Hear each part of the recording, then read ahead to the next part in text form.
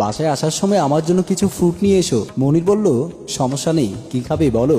Lima বলল, মালটাও আঙুর খেতে খুব ইচ্ছে করছে, বাকিটা তোমার ভালো লাগলে নিয়ে এসো। মনির হাসতে হাসতে বলল, তুমি আমার একমাত্র বউ, তুমি যা বলো তাই নিয়ে আসবো। তুমি ছাড়া আমার আপন আর কেউ নেই, তুমি আমার বউ, তুমি আমার সব, তুমি আমার সব আত্মীয় স্বজন। লিমা হাতটা নিয়ে চুমু খেয়ে বলল, আমার লক্ষ্মী বাবুটা, যাও এবার তাড়াতাড়ি চলে এসো, বাসা কিন্তু একদম ফাঁকা, আমার ভয় লাগে। মনির বলল, ঠিক আছে, যাবো আর আসবো, এই বলে চলে গেল। মনির বাজারে যাওয়ার সময় রাস্তায় বন্ধু জসিমুল্লার সাথে দেখা হয়। তারপর মনির বলল, কিরে তুই কোথা থেকে আসছিস? জসিমুল্লাহ বলল, আমার শরীর খারাপ লাগছে, তাই ডাক্তার মুক্তারের কাছে গিয়েছিলাম, ওখানে তোর বোন মিনুকেও দেখেছি, ওর শরীর নাকি অসুস্থ।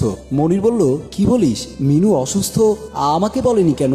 জসিমুল্লাহ বলল, তা তো আমি জানি না, কেন বলেনি, তাছাড়াও বলেনি কি হয়েছে, তুই খবর নিয়ে দেখ। মনির বলল, ওর সাথে কে কে এসেছে? জসিমুল্লাহ বলল, ওকে একাই দেখেছি, আর কাউকে দেখিনি।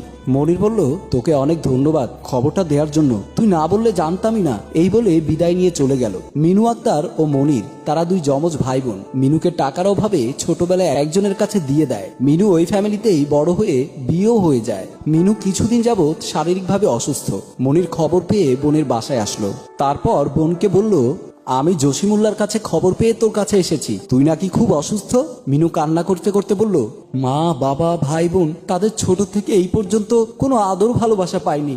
আমি জন্ম হওয়ার পর যে এত কষ্ট পাবো জানলে এই পৃথিবীতে কখনোই আসতাম না।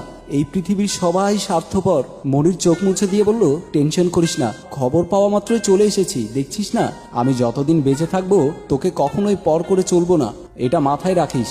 মিনু বলল, নেই শ্বশুর শাশুড়ি, নেই বাবা, বিয়ের 1 বছর পর তোর বোনের জামাইও দেশের বাইরে চলে গেল, এখন অসুস্থ শরীর নিয়ে নিজের কাজ নিজেই করতে হচ্ছে। মনির বলল, ঠিক আছে, তুই এক কাজ কর, কাপড় চোপড় গুছিয়ে আমার বাসায় চল, সুস্থ হলে আবার চলে আসিস, তাড়াতাড়ি রেডি হয়ে নে। মিনু বলল, আমি বাসায় সবকিছু গুছিয়ে এবং তোর বোনের জামাইকে বলে আগামীকাল আসবো তোদের বাসায়। মনির বলল, ঠিক আছে, আমি যাচ্ছি। আর আমার বাসা চিনিস তুই? মিনু বলল, হ্যাঁ, চিনবো না কেন। মনির বলল, তাহলে ভালো। আর শোন, তোর ভাবি কিছু ফ্রুটস নিয়ে যেতে বলেছে, একটু বাজারে যেতে হবে, আর তুই কাল চলে আসবি কিন্তু। এই বলে চলে গেল। লিমা জামা কাপড় ভাঁজ করে আলমারিতে রাখবে। এই সময় মনির বাজার থেকে ফ্রুটসের প্যাকেট এনে লিমাকে দিয়ে বলল, রান্না করেছো তুমি? খুব খিদে পেয়েছে আমার। লিমা বলল, আমার কাজ তো রান্না করা, তুমি ফ্রেশ হয়ে নাও, তারপর খেয়ে নিও। আর যে ফ্রুটসের কথা বলেছি এনেছো? মনির বলল, হ্যাঁ এনেছি, প্যাকেটে আছে। আর হ্যাঁ, গামছাটা দাও, ওয়াশরুমে যাব। লিমা গামছা দিয়ে বলল, তাড়াতাড়ি ফ্রেশ হয়ে বের হও। মনির গামছা নিয়ে ওয়াশরুমে গেল। তারপর লিমা বাকি কাপড় গোছাতে লাগলো। পরের দিন মনির বোন মিনু জামা কাপড় গুছিয়ে ভাইয়ের বাসায় যাওয়ার জন্য বের হলো। আর বাসা লক করতে মনে মনে বলল, আল্লাহ জানে ভাইয়ের বাসায় আমাকে কয়দিন রাখে। এই বলে ভাইয়ের বাসার উদ্দেশ্যে বের হয়ে গেল। মনির শোয়াতে থেকে লিমাকে বলল, আমি একটু বাজারে যাব, কিছু মাছ মাংস কিনতে হবে। লিমা বলল, হঠাৎ এসবের কি দরকার, বাসায় সবজি আছে, এগুলো নিয়ে আজকে চলবে। মনির বলল, না, আজকে মেহমান আসবে বাসায়, আমার খুব আপন মানুষ। লিমা বলল, কোন আপন মানুষ, ওনার নাম নেই? মনির বলল, নাম বলা যাবে না, আসলে দেখবে।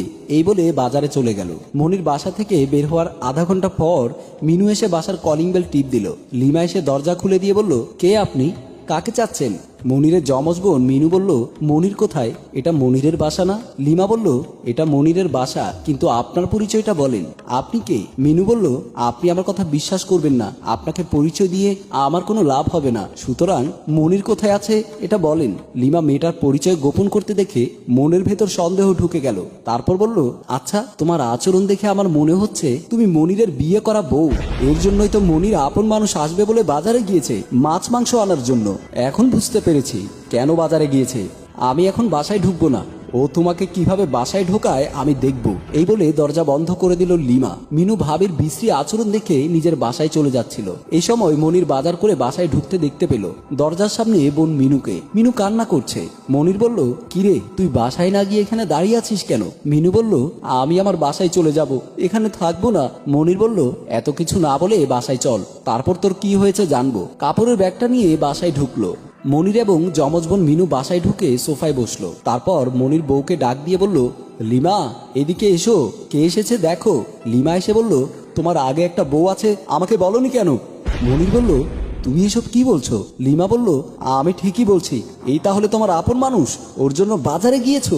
ছি ছি ছি, একটা বউ থাকা অবস্থায় অন্যজনকে বিয়ে করতে তোমার লজ্জা লাগেনি? মনির লিমার গালে কষে একটা থাপ্পড় দিয়ে বলল, তুমি কাকে বউ বানিয়ে দিচ্ছ? তোমার লজ্জা লাগেনি একজন বোনকে বউ বানিয়ে দিতে?